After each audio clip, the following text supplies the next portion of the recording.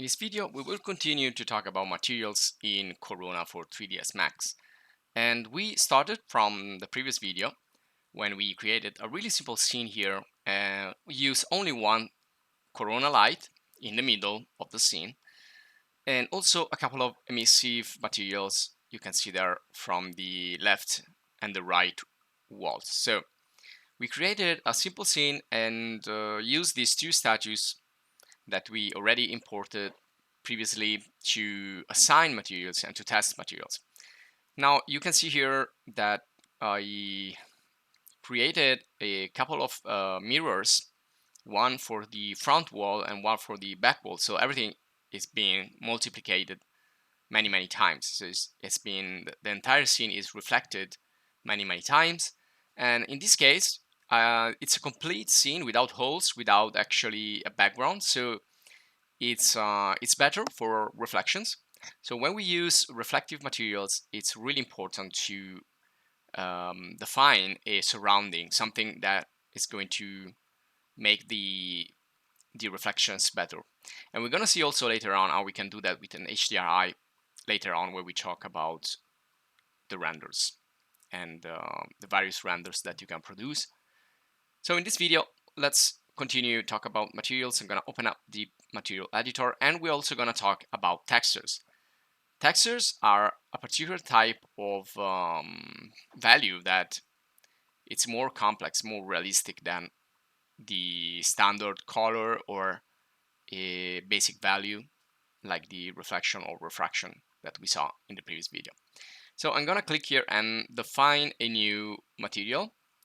And I'm gonna go for the Corona legacy material, and we're gonna start with this. We're also gonna see the Pbr material later, which is physically based render material, or Corona physical material. So I'm gonna apply it to one of my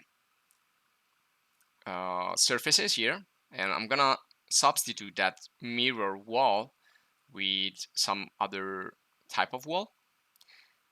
And so differently from what we did before, we're gonna start using textures instead of simple parameters and simple values. Like also here we check how to do the emissive material or Corona light material. So there's different ways you can create materials that we saw also previously. So I'm going to change here also the thickness of the text. This is another way you can use emissive materials. With text, you're gonna create like a neon sign effect. So with the mirror, it's not really visible, but if I assign there a standard material, like an opaque material, a non-reflective material, I can see the result better. So I can see how the emissive material is going to be applied, and it's going to participate to the global illumination of the scene. Again, global illumination, it's really important here. So you can see I am increasing the light coming from that wall and coming from that text, so I'm getting more light from the scene. We're also going to talk about other tools, other rendering tools as well. So lighting materials and rendering tools, rendering parameters need to be working together. So one helps the other. Okay, and so I'm gonna now do something a little bit more complex. I'm gonna start to work with texture, and here is our physical material, and you can see it has base color, transparency, emission.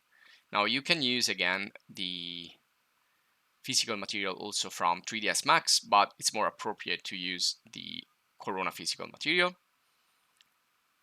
And here I'm going to create a legacy material, again to compare them and to see that they have more or less the same settings, just perhaps different names. So in the Corona legacy here, you have the diffuse layer, which is the most superficial layer. And when you see that little square, that's where your map is gonna go. And you can choose between textures and procedural maps. So texture are actual images. Procedural maps, you can also change them here inside the software itself. While images, you need to change them in another software.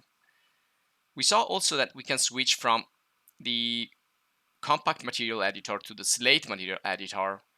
And when we pick a material from the scene, it's going to show me how the material is made.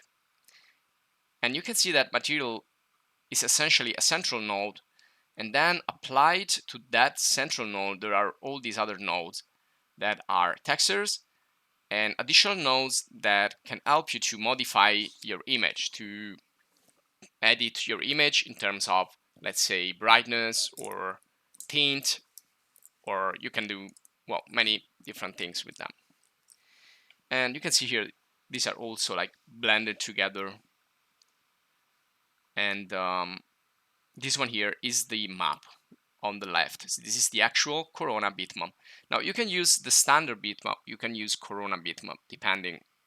You can try both. You can see they will get the texture from a folder. Texture is nothing but an image, specific image that you need to plug in on a specific channel. So we saw more or less what are the difference between Corona Legacy and Pbr Materials, or physical material. Now Pbr again means physically based render material, and these are materials that they try to replicate what happens in reality. So it's always how a material responds to light.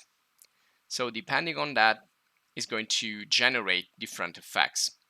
And we saw how the light is going to affect reflection and refraction, but also it's really important how to switch from roughness to glossiness. So what you need to do is basically, when you are looking for a particular texture, just type diffuse and then texture, and then if you want also the name of the material that you're looking for. But if we make here a generic search, you can see that many times you will find packages containing different textures. So the diffuse texture will only be the one that is colored and represent the most superficial layer of your material.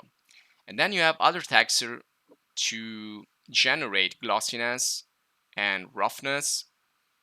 So when you're using some texture, instead of a single value like 0 or 1 or black and white, you're going to have more realistic effect because you're going to have more complexity. The material will not behave the same in each single part, but it's going to be in some parts more glossy, in other parts less glossy, depending on what the texture will be. So if I assign a roughness texture, black and glossy or glossiness texture, remember that one is the opposite or the other. So for example, in glossiness, the white parts represent the more shiny part, the more glossy parts. The black, the less shiny parts. So in this way, you don't have a uniform reflection or uniform roughness, but it's going to be more complex and more realistic.